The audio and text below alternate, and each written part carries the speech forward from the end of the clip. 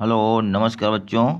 मैं आज आप लोगों के लिए गणित में मैथ में ना है ना चैप्टर नंबर 1 के 10 MCQs मतलब है ना बहुविकल्पीय प्रश्न। कौन से बहुविकल्पीय प्रश्न आपके सामने लेके आया हूँ।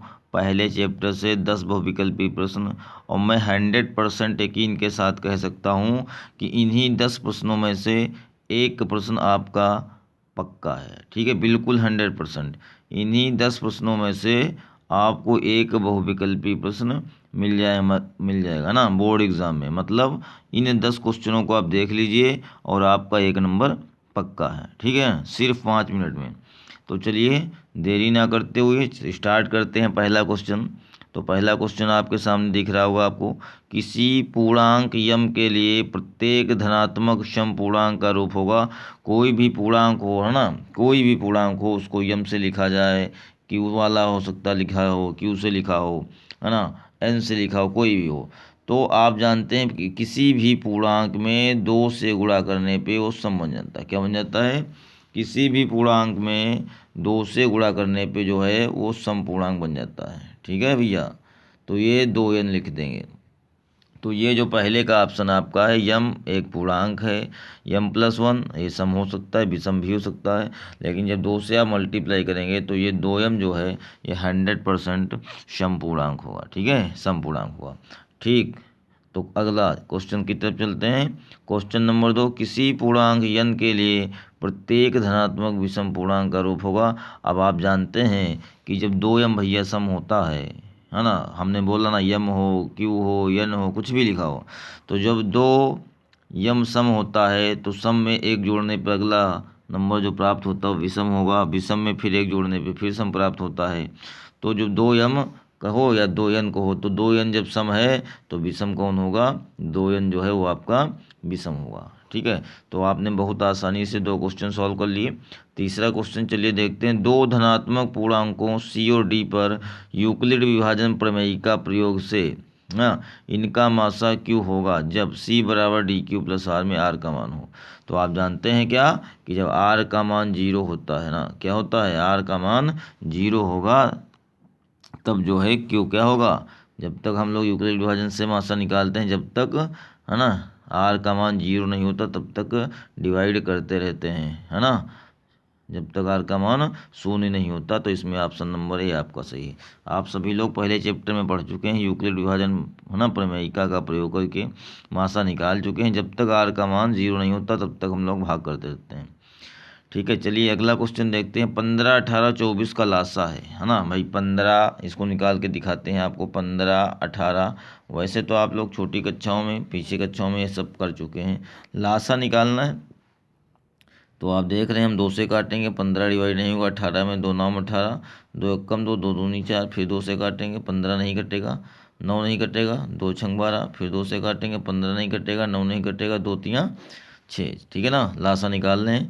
अब 3 से काटेंगे, 3 पच्चे 15, 3 तियाँ 9, 3 एकम 3 है ना। अब 3 से फिर काटेंगे, 5 नहीं कटेगा, 3 एकम 3 एकम, फिर 5 से काटेंगे। तो ऐसा ना भाग से लासा हम लोग निकाल लें। जब तक सब है ना सभी पूर्णांकों में क्या शेषफल 1 ना आ जाए तब तक आपको ऐसी प्रक्रिया करते रहना है।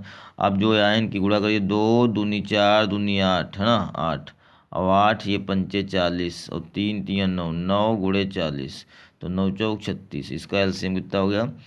360। एक option number D, option number D आपका सही है बिल्कुल।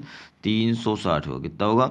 360। ठीक है, निम्नलिखित में से कौन सा एक सहअभाज्य संख्याओं का युग्म है। तो आप जानते हैं सहअभाज्य है ना, सहअभाज्य मतलब वह संख्याएं जिनका कोई कॉमन गुणनखंड है ना, उभयनिष्ठ गुणनखंड नहीं होता है ना, वो कहलाती हैं सहअभाज्य। जैसे 14 35, तो इसमें 7 का पहाड़ा 14 में भी लग रहा है, 7 का पहाड़ा 35 में लग रहा है, तो ये सहअभाज्य नहीं है। 18 25 है ना, तो इसमें आप देखिए 18 2 से कटेगा, 3 से कटेगा, 6 से कटेगा, 9 से कटेगा, लेकिन 25 जो सिर्फ 5 से कटेगा। तो ये 2 संख्याएं सहअभाज्य हैं। कैसी संख्याएं? सहअभाज्य। इसमें आप देखें 31 से कम 31, 31 तियाँ 93 है ना, दोनों का गुणनखंड जो है उभयनिष्ठ गुणनखंड 31 है। 32 2 से कटता, 62 भी 2 से कटता। तो ये एक ऐसा ऑप्शन नंबर बी जो है, ये 2 संख्याएं हैं सह अभाज्य है, मतलब इनका ऐसा कोई उभयनिष्ठ गुणनखंड नहीं है जो दोनों को भाज्य कर दे, है ना, विभाजित कर दे। चलिए अगला क्वेश्चन देखते हैं। परिमेय संख्या 14,587 का दशमलव प्रसार निम्नलिखित किन दशमलव स्थानों के बाद समाप्त हो जाएगा, है ना। इसमें आपको बताना है कि दशमलव के कितने स्थानों के बाद इसका जो दशमलव प्रसार शांत हो जाएगा, है ना, तो ये आपको बताना है। तो इसके लिए हम देखते हैं, ये जो है 14,587 बटे कितना है 1250। तो इस टाइप के क्वेश्चन में आपको क्या करना भैया है, हर के अभाज्य गुणनखंड करने, क्या करने हैं, हर के अभाज्य गुणनखंड करने हैं। 1250 के आप फैक्टर करेंगे, 2 से 2 छंग 12, 2 दूनी 4, 625 हो जाएगा। अब आप 5 से ही काटेंगे, है ना, 5 से, 5 एकम 5 दूनी 55 25, 5 से काटेंगे 25, फिर 5 से काटेंगे 5 25, 5 एकम 55 25 पंचे 125, 5 5, तो 2 गुणे 5 की पावर 4 है, कितनी, 2 गुणे 5 की पावर 4। तो ऐसे क्वेश्चनों में जितनी पावर 2 की होनी चाहिए उतनी ही पावर 5 की आपको करनी है। तो 5 की पावर 4, तो 2 की पावर 1 है तो 4 करनी है, तो 2 की पावर 3 से अंश और हर में मल्टीप्लाई करेंगे, अंश और हर में मल्टीप्लाई करेंगे 2 की पावर 3 से, ठीक है, 2 की पावर 3 से। तो ये आपका हो जाएगा 14,587 गुणे 2 की पावर 3 मतलब 8, नीचे 2 की पावर 4 हो गया गुणे 5 की पावर 4 हो गया, तो 2 पंचे 10 की पावर 4 कहाँ, हर में, ठीक है, ऊपर 14,587 गुणे 8, तो ऐसे लिखा रहेगा। तो आप देख रहे हैं 10 की पावर 4 मतलब जब इसको भाग करेंगे तो 0.4 स्थानों के बाद लगेगा, मतलब ये जो है 4 स्थानों के बाद क्या हो जाएगा, शांत हो जाएगा। कितना, ऑप्शन नंबर डी सही होगा। 1 2 3 4 कितने स्थानों के बाद दशमलव प्रसार शांत होगा, 4 स्थानों के बाद।